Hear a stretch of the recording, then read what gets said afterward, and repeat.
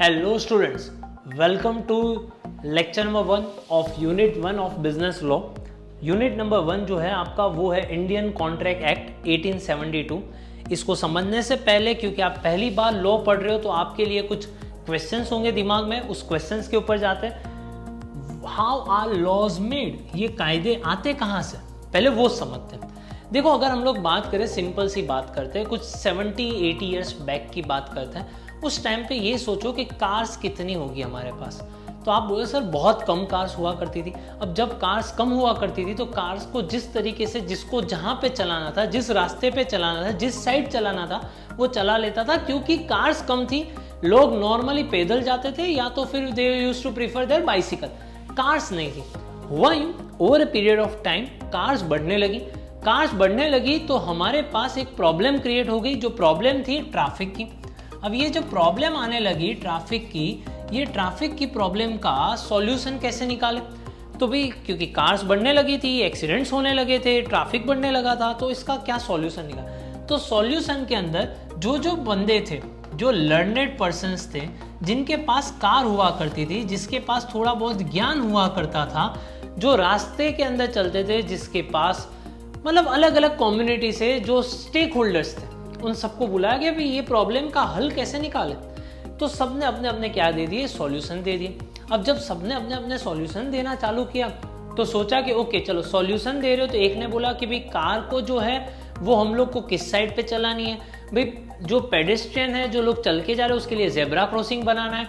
हर cross road पे, चौराहे पे हमें क्या करना है भाई, सिग्नल्स बनाना है. सिग्नल्स के अंदर 3 कलर होंगे. ये सारे सजेशंस दिए गए और ये सारे सजेशंस को, इन सारे सजेशंस को हमने एक एक करके क्या बना दिया, रूल बना दिया कि भाई ओके, रेड लाइट हो तो खड़ा रह जाना है, जेब्रा क्रॉसिंग से लोग चलेंगे, ये कार इस हिसाब से जाएगी, कार ये साइड रहेगी. भाई कार के लिए यहाँ पे डायरेक्शन होगा, वो लेफ्ट हैंड ड्राइव रहेगी या राइट हैंड ड्राइव रहेगी, कौन से लेन पे गाड़ी चलेगी. तो ये सारे रूल्स बने तो बहुत सारे रूल्स थे, क्योंकि सबने अपना अपना इनपुट दिया था. तो उसकी क्या बन गई, रूल बुक बन गई. भाई सारी रूल्स की हमने क्या बना दी, बुक बना दी. अब ये रूल बुक बनने के बाद ये बुक हमने सारे कार ओनर्स को देना चालू कर दिया. भाई आपके पास कार है, ये रूल बुक है, आपके पास कार है, ये रूल बुक है, सबको दी. अब ये रूल बुक पढ़ता कोई नहीं था. ये तो आपको और मुझे भी पता है. हमारे पास जब फोन खरीदते हैं, कार खरीदते हैं, मैन्युअल आती है. कभी मैनुअल पढ़ के थोड़ी देखी हुई हमने क्या है क्या नहीं उसमें दिया. वैसे ही रूल बुक आई थी, पीछे पड़ी हुई थी. भाई पीछे पड़ी हुई, कोई देखता नहीं था. तो भाई ये तो कुछ काम हुआ ही नहीं. जो हमारा मेन पर्पस था ट्रैफिक का, या तो फिर ये प्रॉब्लम्स हुआ करते उसका सॉल्यूशन, तो वो तो कुछ मिला ही नहीं एक्सीडेंट का. तो फिर इन लोगों ने क्या किया, ये रूल बुक को, ये जो सारे रूल्स थे, वो रूल्स को फॉलो करने लगे लोग. इसलिए वो लोग लेके गए लेजिस्लेशन में. लेजिस्लेशन का मतलब होता है लोकसभा और Rajya Sabha, upper house and lower house. अब जब ये अपर हाउस और लोअर हाउस के अंदर गया तो इस लेजिस्लेशन को, इस रूल्स को पास कर दिया गया. और ये पास जैसे ही हो गया लेजिस्लेशन के अंदर, दोनों साइड पे, लोकसभा में फिर राज्यसभा के अंदर, दोनों के अंदर मेजोरिटी में पास हुआ, तो एक लॉ बन गया जिसका नाम, क्योंकि ये लॉ रिलेटेड था ट्रैफिक की समस्या से, कार के रिलेटेड था. इसे हम लोगों ने एक कार के रिलेटेड था, इसलिए इसका हमने नाम दे दिया मोटर व्हीकल एक्ट. तो ये मोटर व्हीकल एक्ट. अब इसके अंदर हुआ यूं कि ये रूल को अगर आप फॉलो नहीं करोगे, क्योंकि ये लेजिस्लेशन के अंदर पास हो गया है, ये लॉ बन चुका है, तो अगर आप इसे फॉलो नहीं करोगे तो आपको लगेगा क्या, फाइन. इसलिए अब लोग डरने लगे कि अरे अरे अरे, ये तो कुछ अजब सी बात हो गई. अब तो अगर हम लोग रूल फॉलो नहीं करेगा तो फाइन लगेगा, क्योंकि यहाँ पे ये लॉ इनेक्ट हो चुका था, ये लॉ बन चुका था. तो आपको अब धीरे धीरे समझ में आएगा, अच्छा लॉ की क्या जरूरत है, कायदे क्यों चाहिए. उसी तरीके से अगर हम लोग बात करें, सालों पहले जो लोग थे वो सतयुग में रहते थे. सतयुग मतलब बंदा जो है, जो भी मनुष्य था, वो मनुष्य को समझ पा रहा था, वो मनुष्य के साथ चीट नहीं कर रहा था, उसको कोई लालसा नहीं थी, कोई लोभ नहीं था. पर हुआ यूं, वक्त बदलता गया, जज्बात बदलते गए, और जब वक्त और जज्बात बदले तो लोगों के मन के अंदर लालच जाग उठी, लालच जागी, लोभ बढ़ने लगा. तो सोचा कि भाई दो बिजनेसमैन थे, भाई कोई किसी के पास से गेहूं खरीदता था, कोई किसी के पास से चावल खरीदता था, ये बाइंग और सेलिंग होता था. भाई कोई पैसा देगा और उसको कुछ गुड्स देना है, ये सारी चीज़ें होने लगी। अब लालच लोग बढ़ गया, बोला दाम 200 रुपये पर किलो, जो गेहूं की जो क्वांटिटी थी, अच्छी क्वालिटी के गेहूं थे वो बेचने थे, और उसकी जगह पे सामने वाले को लालच आया कि 200 रुपये में क्यों ना मैं ज़्यादा कमा लूँ, इसलिए उसने क्या कर दिया, खराब क्वालिटी के गुड्स 200 रुपये में बेच दिए। अब यही लालच से इन दोनों के बीच में तकरार हुआ, और जब ये तकरार हुआ तो प्रॉब्लम होना स्टार्ट हो गई किसके बारे में, कि भाई ये जो गुड्स बेचे हुए, या तो कुछ हमारे बीच में जो बात हुई थी वो विश्वासघात हो चुकी है, जो गलत साबित हो चुकी है, यहाँ पे हमने जो बात की थी उस हिसाब से नहीं हो रहा है, तो ये प्रॉब्लम आना चालू हो गया, ब्लेम गेम आना चालू है, भाई ये किसकी गलती, क्या गलती। तो फिर सॉल्यूशन कैसे आया, सारे लोगों को बुलाया गया कि भाई आप आओ, इसका सॉल्यूशन क्या निकाले।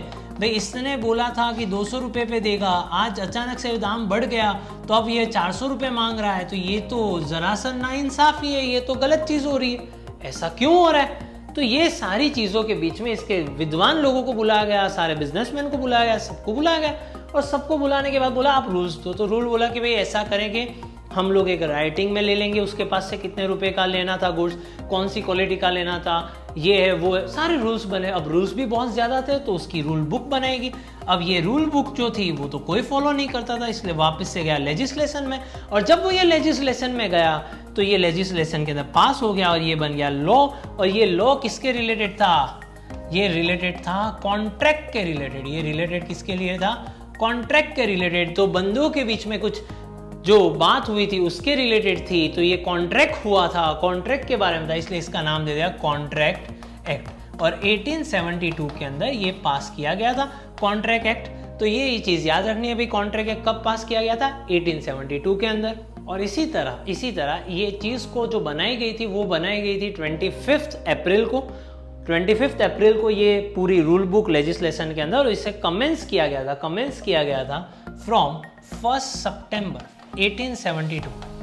1 सितंबर 1872 के अंदर ये कमेंस की गई थी। ये क्या की गई थी, कमेंस की गई थी, मतलब ये चीज़ स्टार्ट हो गई थी। तो ये चीज़ याद रखनी, कॉन्ट्रैक्ट एक्ट कब बना हुआ था। अब ये कॉन्ट्रैक्ट एक्ट जो था वो एक्चुअल में बहुत बड़ा था, अब इतनी सारी चीज़ें थी इसके अंदर। तो हुआ यूँ, इस कॉन्ट्रैक्ट एक्ट के अंदर से, कॉन्ट्रैक्ट एक्ट में से 2 बंटवारे कर दिए गए। भाई 2 बंटवारे कर दिए गए। एक आया 1930 के अंदर। 1930 के अंदर इसके अंदर से एक जो पोर्शन है सेल ऑफ गुड्स एक्ट,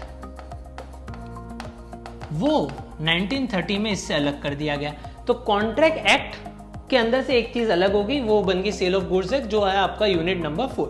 और दूसरा यहां पे 1932 के अंदर भाई इंडियन पार्टनरशिप एक्ट 1932 के अंदर ये चीज अलग कर दी गई। सो कॉन्ट्रैक्ट एक्ट वाज टू बल्कि, तो उसके अंदर से 2 और कॉन्ट्रैक्ट को यहां से हटा दिया गया। तो यहाँ पे कॉन्ट्रैक्ट एक्ट के कुछ पार्ट्स हम लोग को देखने को मिलते हैं सेल ऑफ गुड्स एक्ट के बारे में। तो गुड्स की बात हो तो ये एक्ट देखो, और अगर कोई पार्टनरशिप की बात हो तो यहाँ पे देख लो। तो ये 2 एक्ट अलग हो गए। तो ये कहानी हम लोग समझ गए सर लॉ कैसे बनता है। अब ये होता क्या है सर, कॉन्ट्रैक्ट होता क्या है, वो तो जरा समझा दो। चलो रुको जरा, ठहरो, कॉन्ट्रैक्ट को समझते हैं। अब आपको एक मेरे साथ काम करना होगा, एक जगह पे आपको सोचना होगा क्या ये कॉन्ट्रैक्ट है या नहीं, आपको क्या लगता है वो आपको बताना है। भाई 2 बंदे हुआ करते, केस 1 में 4 केस दूंगा, मुझे अभी आंसर नहीं चाहिए, बाद में आंसर चाहिए, पर आप चारों 4 केस समझ लो क्या क्या चीज़ है। भाई केस ए, भाई ए और बी 2 फ्रेंड्स थे। दोनों फ्रेंड्स ने सोचा कि आज जो है कॉलेज नहीं जाते, मौसम बड़ा सुहाना था, बारिश गिर रही थी, और सोचा फ्रेंड ने फ़ोन किया, हम लोग नॉर्मली कॉलेज जाते कैसे, भाई तू आने वाला है तो मैं आऊँ। भाई इसने फ़ोन किया, भाई मैं निकल रहा हूँ, तू आ रहा है ना। तो बी ने बोला कि यार नहीं यार आज मूड नहीं कर रहा। तो ए ने बोला चल ठीक है, तेरा मूड नहीं कर रहा है तो मैं तुझे एक ऑफर देता हूँ, आज ऐसा कर तू कॉलेज मत जा, तू घर पे आ जा, मम्मी ने गर्मा गर्म पकोड़े बनाया और पकोड़े और चाय पियेंगे हम लोग, तू आ जा मेरे घर पे। बी ने बोला क्या सही, तो उसने बोला हाँ तू आ जा। तो बोला ठीक है चल मैं आ जाता हूँ। अब बी भाई साहब जो थे, ये कॉलेज के फ्रेंड्स हुआ करते, वो कॉलेज में मिलते थे, पर उसके पास उसका एड्रेस नहीं था, पूछना भी रह गया, क्योंकि वो पकोड़े और चाय की लालच के अंदर ये चीज़ आ चुकी थी, तो उसने पूछना रह गया। तो हुआ कि लाओ फ़ोन कर लेता हूँ। उसने फ़ोन किया। बी भाई साहब घर पे उसके मम्मी ने पूछा, बी की मम्मी ने, बेटा तू कुछ खाएगा, नाश्ता वास्ता कर गया? उसने बोला नहीं नहीं मम्मी आप मत बनाओ, रोज का रोज यही खाना होता है, मैं आज अच्छा खाने वाला हूँ, मैं आज मत बनाओ। अब बी भाई साहब ने फ़ोन किया, ए भाई साहब को फ़ोन लगे ही नहीं। उसने व्हाट्सएप चेक किया, लास्ट सीन कब था, सब कुछ किया उसने, सारी ट्राई कर ली, सब कुछ हो गया, पर ये ए भाई साहब जो हमारे ठहरे उसने फ़ोन लिया ही नहीं। अब 8, 9, 10, 11, 12 बज गए। बी भाई साहब को बहुत गुस्सा आया। नेक्स्ट डे उसने बोला यार देख लूंगा इसे। अब यहाँ पे बी भाई साहब जो है वो नेक्स्ट डे कॉलेज गए। ए भाई साहब भी थे। बी को गुस्सा आ रहा था। बी ने बोला अरे नालायक दोस्त है तू तो मेरा। कैसा नालायक दोस्त है, अपना घर का एड्रेस भी नहीं बोलता, सपने दिखाता है उठने के बाद कि भाई तू पकोड़े देगा, चाय देगा, एड्रेस तो बता देता तो मैं पहुंच जाता पकोड़े और चाय के बिना। मैंने मम्मी को भी ना बोल दिया था, कैसा भूखा रहा मैं, तुझे कुछ समझ में आता है क्या? मुझे ये बताओ, क्या यहाँ पे बी बंदा ए बंदे पे इस बात पे केस कर सकता है या नहीं कर सकता? ये आपका क्वेश्चन है। तो अब आप सोचो, हम लोग दूसरा केस देखते हैं। यहाँ पे क्लियर हो गया?